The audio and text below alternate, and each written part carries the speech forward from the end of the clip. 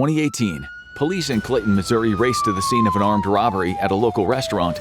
A man has threatened an employee claiming he has a gun, but when the police arrive, they find something surprising.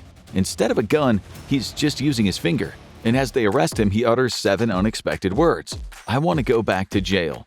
The man, Paul Baroni, had just been released before his attempted heist, 40 years behind bars, including a 25-year sentence for murder. After brief stints of freedom and multiple parole violations, Baroni decided he couldn't handle it anymore. But why would someone want to go behind bars rather than living a life of freedom? In today's episode of the Infographics Show, we'll reveal what really happens when you're released from prison. Prison is rough. You have to keep your eyes open for both fellow inmates and sometimes guards who might have it out for you. And the conditions are certainly not the best. Communal showers, mess halls with mediocre food, and strict rules on where and when you can go places. It almost sounds like high school, but with a higher risk of shanking. But for long-time inmates, they often grow used to the routine. They keep their heads down, they save up money for the commissary, and they befriend new inmates. And then it's all taken away. The inmate is granted parole or release, and they're given the few belongings they have and sent out the door with a "good luck, don't come back." And often they're released into a world they don't really recognize anymore. Remember when you were young and your parents took you camping in an area with no cell service? They said a full digital detox would be good for you. And then you come back a week later and social media seemed like it was a foreign language already? A week of being out of touch is tough, but try a year or 30.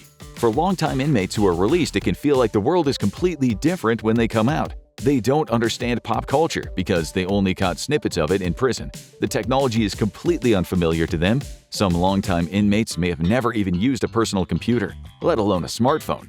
The job market has completely changed. The world is heavily digital now, and the process of getting a job or an apartment relies on skills they don't have, which is why many of them quickly turn to crime again.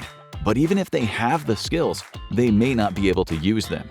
For many recently released felons, it feels like the world is completely skewed against them. For one thing, it's very common for them to start their time on the outside on a short leash. This is typically known as parole, and it's essentially a form of post-prison probation.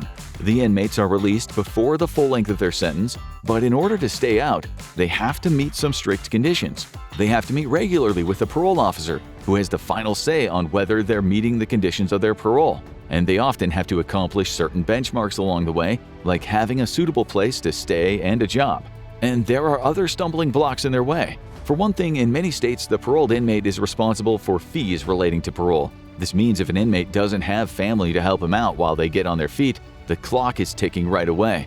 And parole officers often set specific conditions for their charges. This can include staying away from certain locations that are prone to illegal activity or having no contact with other felons, which can cut out a large part of a convict's social network. Travel restrictions are also common, which can limit the ability to get a new start away from a community that might have prejudged them. And one slip-up can mean a ticket right back to prison for the rest of the original sentence. The first task of a released prisoner is often to find housing, and this is a lot easier if they have a support system. All they need is a stable living space that doesn't violate any of the conditions, meaning it should be free of drugs and not have any other criminals living there. Felons can usually live anywhere unless they're on a special offenders registry, in which case things can be much more restrictive. But for most inmates, family is the first harbor. They might spend a few months or more crashing on a sibling or parent's couch until they can get on their feet. But for others, it's a race against time. For ex-inmates who don't have family to fall back on, either because they're estranged or too much time has passed, it's often very difficult to find a place to rent. Long gaps in their rental history and a lack of money in the bank make things tough from the beginning. A felon will very rarely have the credentials or resources to be an ideal tenant.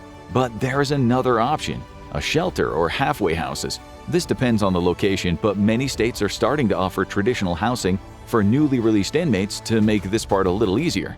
But that's nothing compared to the next test ahead. For a felon, finding a job can be the hardest part of getting out. A lack of work history might be a problem. It's usually the first thing any prospective employer will ask about. And most jobs have background checks, and a felony will come up almost immediately. Misdemeanors or arrests will show up even without a conviction or jail time.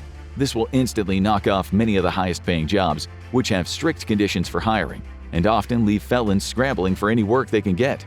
So, is there any hope?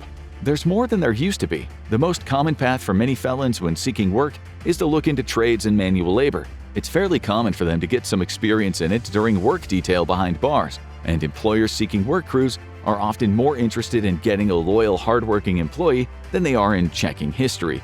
Additionally, the boost in freelance work makes it easier for people to get hired without a face-to-face interview or a background check, meaning a computer-savvy inmate will be able to get a job in freelance writing or data entry to tide them over fairly quickly. But are inmates tied to low-paying jobs for life? In recent years, there's been a backlash against the strictures felons face. Some major cities are trying to ban the box and making it illegal to even ask if someone's been convicted of a felony when hiring or renting to them. Some states also try to make it easier for prisoners to take classes while locked up, giving them more skill sets when they come out. But for every success story, there are a dozen who come out with few options and little hope for their future. But hey, at least they can vote to change that, right? Felons often find a lot of roadblocks in their way, including permanent bars from some professions like medicine depending on your location. But maybe the biggest sting comes with the loss of voting rights under certain circumstances. 2 states even allow felons to vote while in prison, Maine and Vermont, and 21 others grant the vote back upon release. However, many other states require completion of all parole and probation requirements before getting the vote back. Some states, including Virginia, Kentucky, Tennessee, Mississippi, and Alabama, permanently disenfranchise felons, except in very limited circumstances. This leaves many felons feeling like they're permanently second-class citizens with no way back to a meaningful and successful life, at which point maybe prison doesn't sound all that bad. Let's go back to Mr. Baroni, who went to prison as a 17-year-old after stabbing a classmate who refused to date him. He never had the chance to develop a sense of responsibility as an adult and spent decades in a situation where he was told what to do and when. 3 hot meals a day were prepared and provided to him, and he emerged into a world that was completely unfamiliar to the one he left, one that was led by Jimmy Carter. And so he decided that the only option was to return to the world he knew, and given the feigned armed robbery he tried to commit, it's likely he got his wish. But is there any hope for the average felon who makes it back out of prison? The chance of success largely depends on 2 things: how long you were in, and how much do you have waiting for you when you come back out. A man who did 1 to 3 years for a burglary and has life skills to fall back on might be fine, especially if he has people looking out for him while he gets back on his feet. But for someone who doesn't feel like they matter anymore, it's very easy to fall back on the one thing they felt like they were good at, even if it put them behind bars in the first place. And it's surprisingly easy to wind up behind bars. For those first few years after release, when the ex-con is on parole, all it takes is one minor screw-up to return to the big house for several more years. While you're on parole, your parole officer is effectively your boss, and what they say goes. That usually means following basic instructions and keeping your nose clean. But a less generous parole officer can impose conditions that make it challenging, if not impossible, to stay out of the sights of the law. And in some cases, it seems like they're set up to fail. Shockingly, in 2018 to 2019, it's estimated that over half of California's population on parole returned to prison for a technical offense. Some of these could be minor crimes like shoplifting or drug possession for use, but it could also be something as simple as entering a bar or traveling too far without permission. One inmate was even found in violation during a search for having a knife next to his living room TV where he was eating dinner. Outside of the kitchen, a knife is considered a weapon rather than a tool. And there are several other barriers to getting back on your feet. Felons often find themselves in serious poverty quickly after being released, due to the lack of job options and the heavy cost of probation. Many could use a boost from the government, but ironically, a felony conviction cuts people off from many sources of support. Student loans, food stamps, and cash assistance are all restricted for those who are convicted of certain crimes. And that can push some people to be desperate enough to commit another crime. Additionally, a felony conviction restricts firearm purchases in many states, which can be a critical blow to a just-released good old boy who wants to bag himself a deer. It's enough to make a person head off to greener pastures. But there's a problem with that. One of the first resorts of an escaped prisoner used to be heading to the Mexican border. But it's not that easy anymore. We now have passports, and it's much easier to keep track of who goes where, and many countries restrict felons from entering. While it's likely a released felon on parole will be prohibited from leaving the country, that will end when the supervision does. What won't end is that many countries will simply not approve a visa for someone with a felony conviction, including Canada. which is notoriously strict about this and even denies admission to those with a non-felony drunk driving conviction. So, is there any hope for those released from prison? There are success stories, but they're usually those who manage to make the system work for them in some unique ways. Some start charities designed to help other felons, like Marshall Taylor.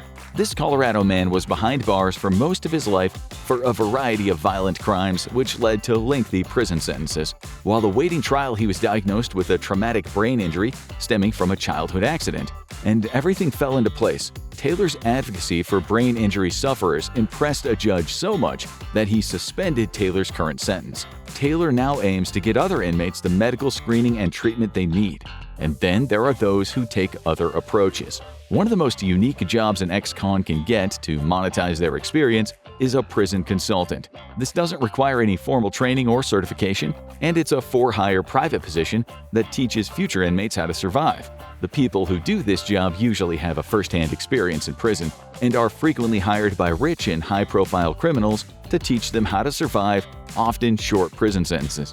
It's believed that Mike Tyson, Martha Stewart, Lori Loughlin, and Leona Helmsley all hired a consultant to teach them valuable survival skills.